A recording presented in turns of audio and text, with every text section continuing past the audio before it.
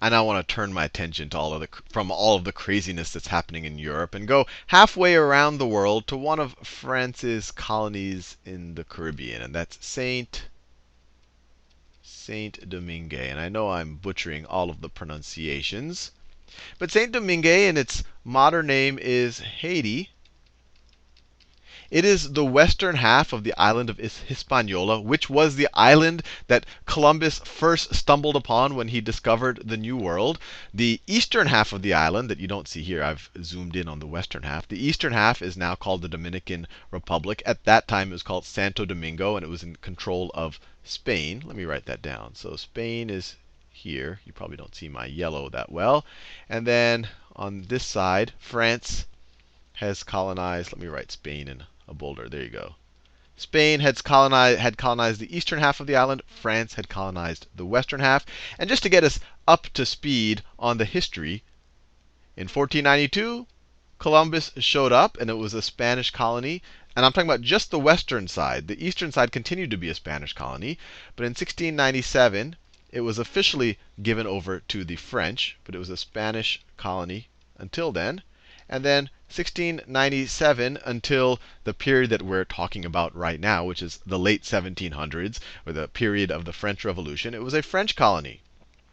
It's a French colony. Now you're probably saying, Sal, why are all of this craziness is happening in France. Kings are getting toppled. People are getting guillotined. There's wars with all of the empires. Why are you, going all the way to this side of the world and focusing on this small little island?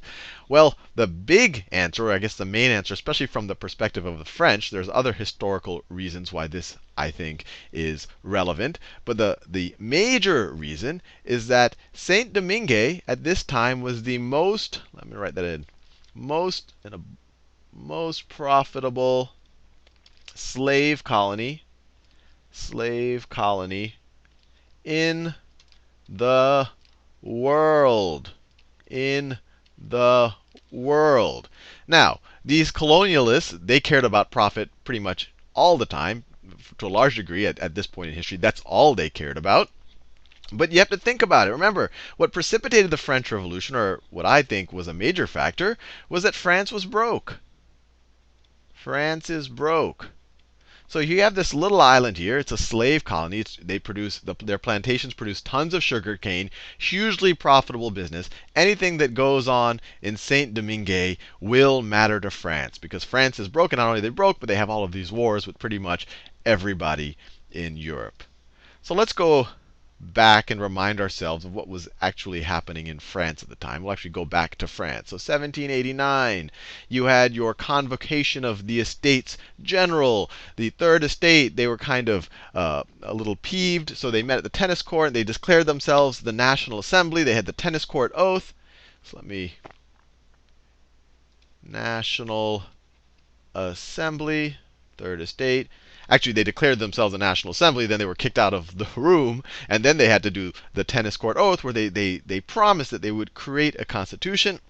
And they started talking about liberty and fraternity and brotherhood, and all men are created equal, all of these great ideas of the Enlightenment. And while all that was happening, you had this businessman, Vincent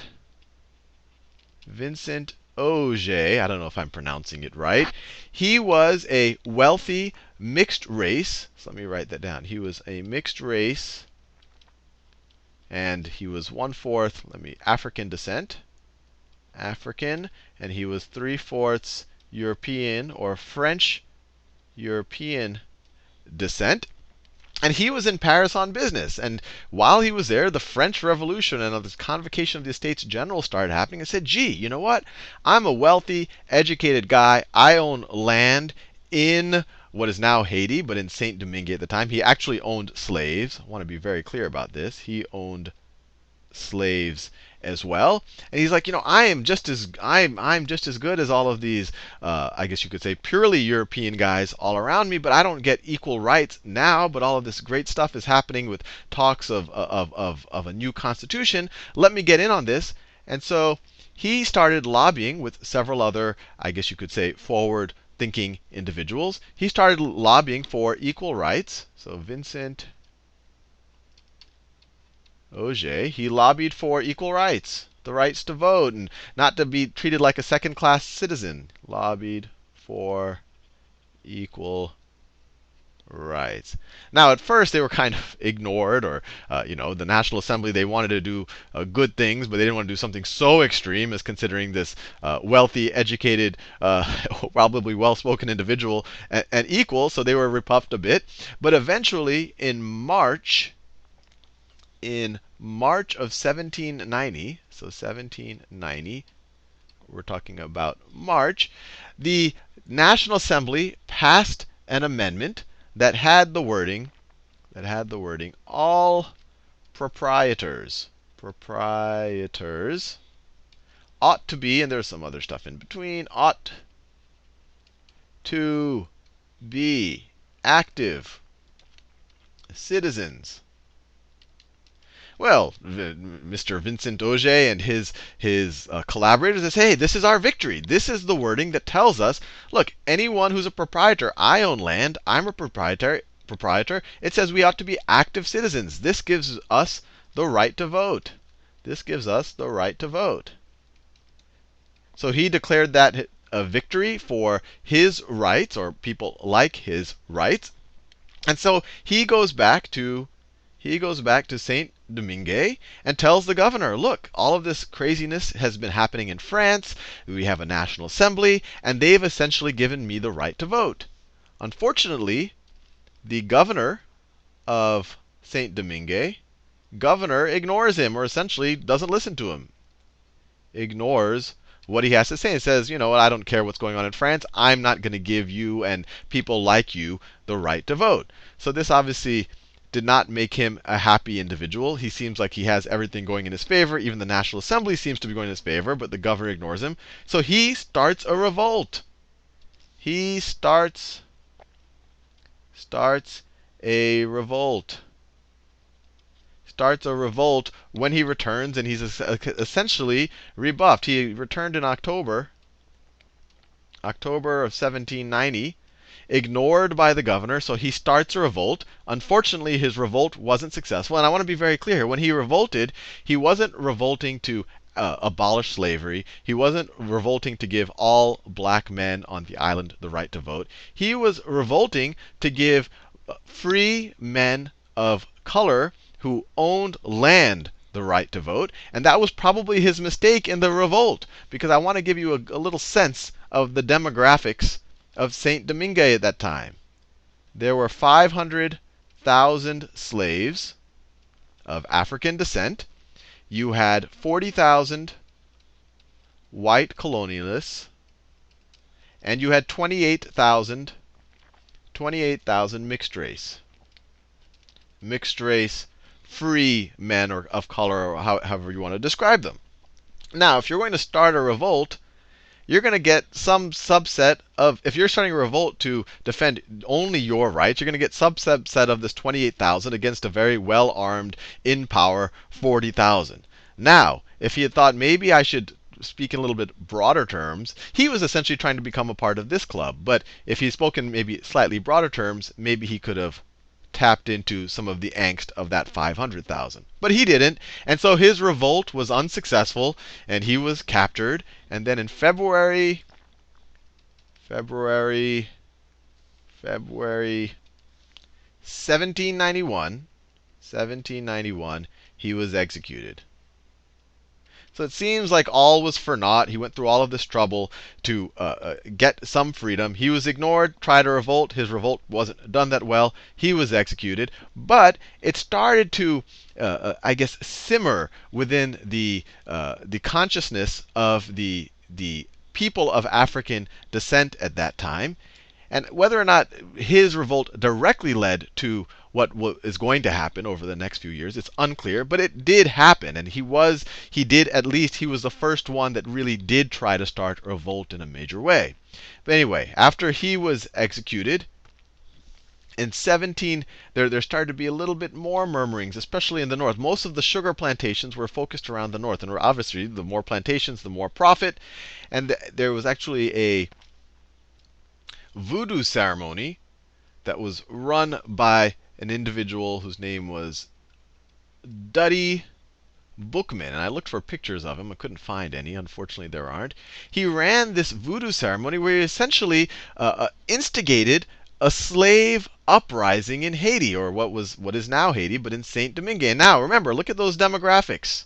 As you can imagine, if the slaves themselves were to rise up against everyone else on the island, you could imagine, even though they might not be as well organized or as well equipped as the other members, just by sheer force, they should probably do pretty good.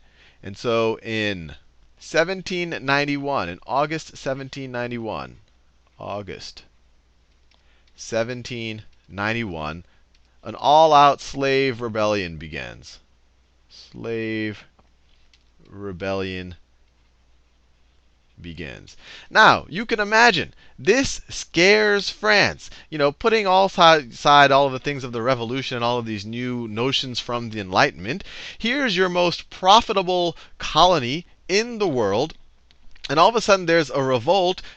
People on both sides of the equation are getting slaughtered. Plantations are getting burned. From the new government in France's point of view, that's just going to hurt their own profitability. And this is at a time, remember, France is broke. They're at wars with other countries. So France sends a delegation headed by this guy. Headed by this guy right there. His name was and I know I'm butchering the pronunciations. Santano, I don't know the best way to pronounce it. And it was him plus 6,000 or 7,000 troops.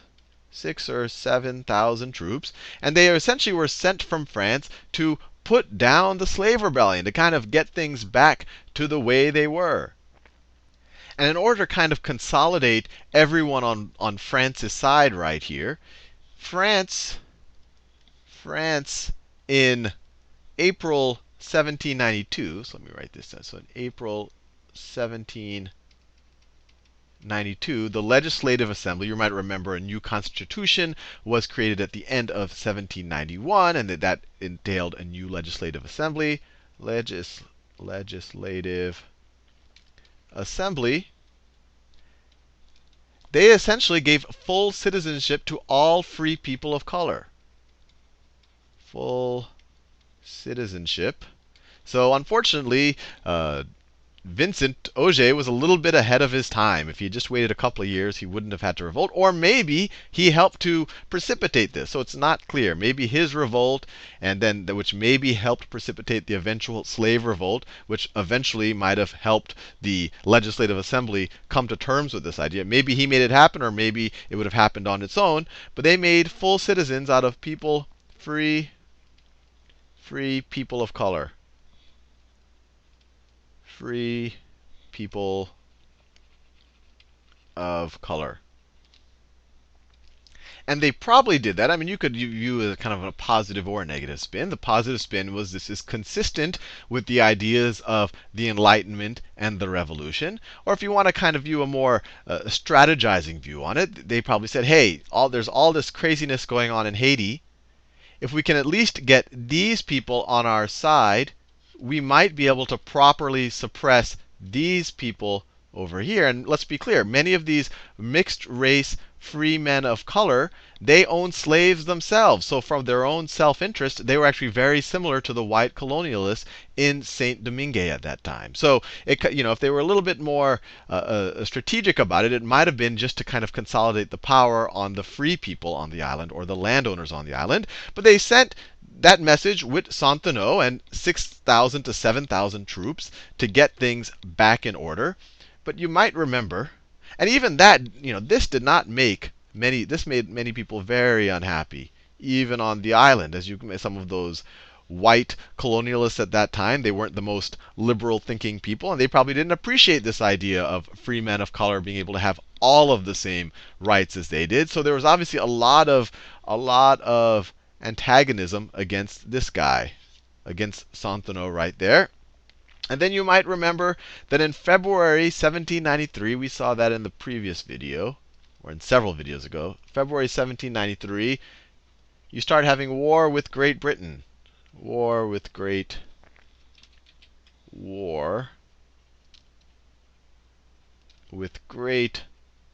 Britain.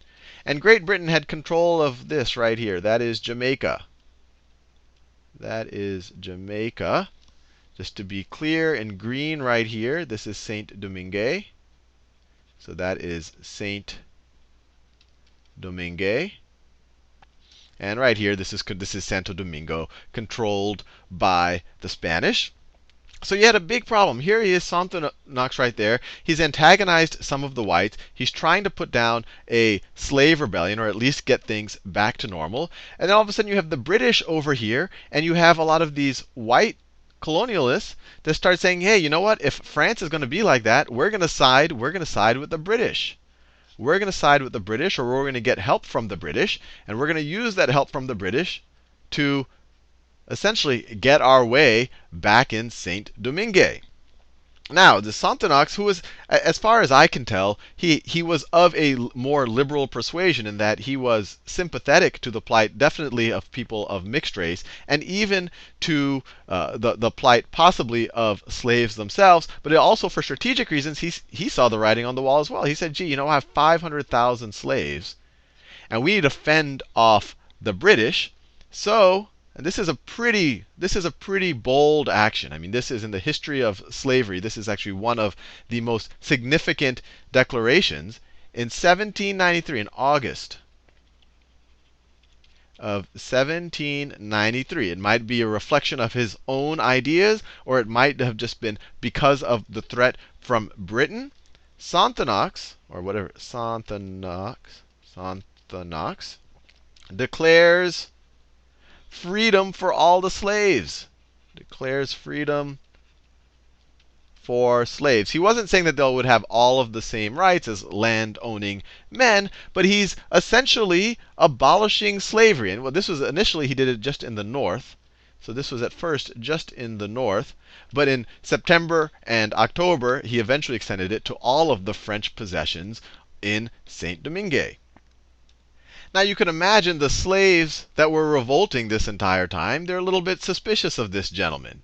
He was, it looks like, sent to Saint Domingue, or what is now Haiti. It looks like he was sent there to put down the uprising. He shows up with 6,000 or 7,000 troops. He tries to side with essentially the enemies of the slaves to put down the uprising. And now, all of a sudden, when the British look like a bit of a threat, he's like, hey, I'm ending slavery by myself. I am just declaring slavery to be over. And they've been tricked before, and they're saying, this is probably some type of a trick just to make us kind of become a little bit of passive so that they can get back at us. And so their leaders were a little bit suspicious of it. But then in February of 1794, this was ratified. His declaration was ratified by the French National Convention. Ratified by French National Convention. And by the time word got to the freed slaves, or the rebelling slaves on the island, so now we're now in May 1794, the rebel slaves leader, and this is a super important name to know, Toussaint Louverture. He was the leader. So he was the leader of the rebels. And he was a self-educated former slave himself, and actually he proves himself over and over again to be one of the best military generals, and actually in much of history. In May 1794, Toussaint Louverture, I'll write his name twice, Toussaint Louverture, decides to essentially join sides with the French Republic, join sides with Sonthonax. Joins with French Republic. Now, once again, let's look at the numbers. You have Toussaint Louverture. He is essentially the leader of the 500,000 newly freed slaves. He is in charge. I mean, this is essentially this is the military of the island. He is now the leader of the island. So now he is essentially, you can almost view him as the general or the governor of the island of this colony. But at the same time, he despite the fact that he had very good leadership qualities, he also had a bit of a megalomaniacal side for himself. And so he actually declared himself governor for life. So in 1801, 1801, he issues a constitution that declares himself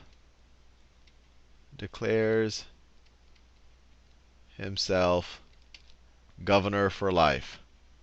Governor for life. And in his defense, I guess, I mean, this wasn't that unusual for this time in the world. I mean, you look across the Atlantic, look what Napoleon's doing. He takes over the French Republic. He essentially is declaring himself emperor and whatnot for life. And this guy says, hey, I have the same right to do it. I've led these people to essentially their freedom. They trust me. I'll declare myself governor for life. And also in his defense, and this I think also speaks to him being a step ahead of many of the rulers at this time, is that he didn't have just plain old slash and burn tactics. He actually did enforce a lot of discipline amongst his troops. And we'll see one of his right-hand men, Dessalines, I know I'm pronouncing it wrong. Dessalines, he was much more, I guess, savage with the people that he was fighting against. But Toussaint Louverture was very disciplined.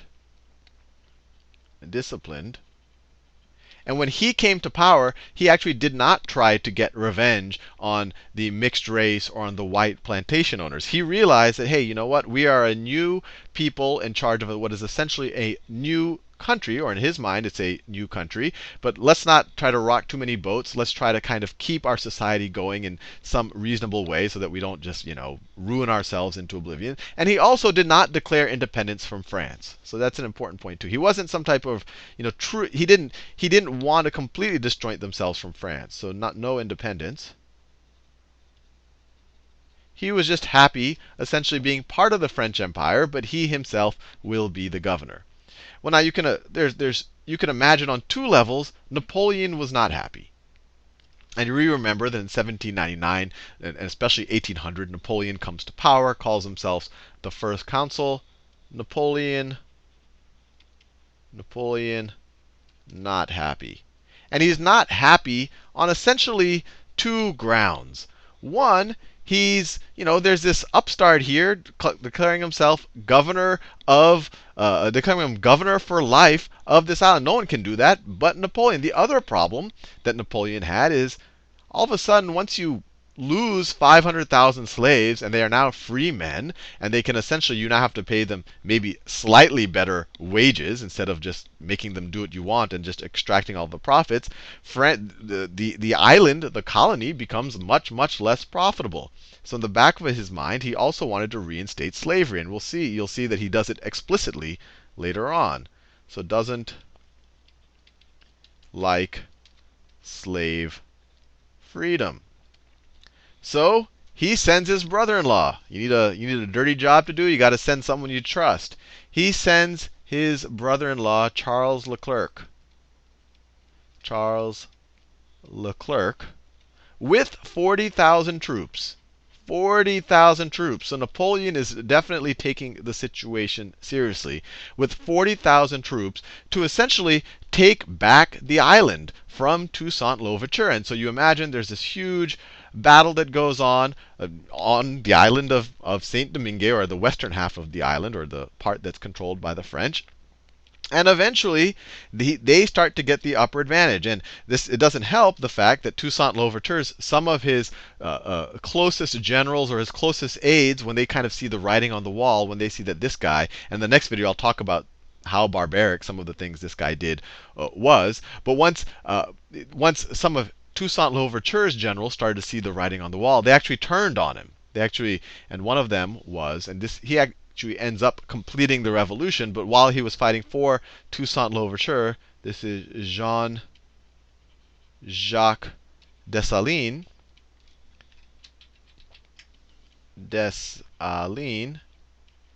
him and some of the other right-hand men to Toussaint Louverture, he actually joins the side of Leclerc. Leclerc is kind of, making it look like he's not trying to reinstate slavery. He's not trying to take citizenship away from people of African descent. He makes it look like he's only trying to take Louverture off of his high horse. So this guy says, okay, fine, for the betterment of Saint Domingue, I'm with you. And at that point, Toussaint Louverture is essentially in a very tough situation. So Leclerc says, hey, Toussaint, let's have some negotiations, and maybe we can figure out some way for you to assimilate you and the people you're leading into essentially, Napoleon's, what is now turning into Napoleon's empire. So Toussaint Louverture, being a kind of upstanding individual who trusts people and a man of honor, he says, oh, well, this Charles Leclerc must be a man of honor as well. So he meets with them to discuss, kind of the terms of assimilation. Well, it turns out Charles Leclerc was not a man of honor. Maybe I could draw some devil horns on him right there. And when Toussaint Louverture shows up by himself for a very civilized meeting, he gets some people to arrest him, capture him, and then send him on a boat to France. And essentially, Toussaint Louverture, he dies in France in a prison. So dies in France. Dies in France. So I'm going to leave this video here. It's kind of a very sad moment. You have freedom for the slaves temporarily. You have this major historic figure, Toussaint Louverture, kind of leading the slaves and trying to establish a new government. But then it gets violently suppressed by Napoleon's henchman, by Charles Leclerc, his brother-in-law. And I'm going to finish this video just with a quote from Toussaint Louverture, because it kind of foreshadows what's going to happen in the next video. So this is actually something that he said on the boat to France after being captured. In overthrowing me, let me make the whole quote here. In overthrowing me, you have cut down in Saint Domingue only the trunk of the tree of liberty. It will spring up again from the roots, for they are many and they are deep.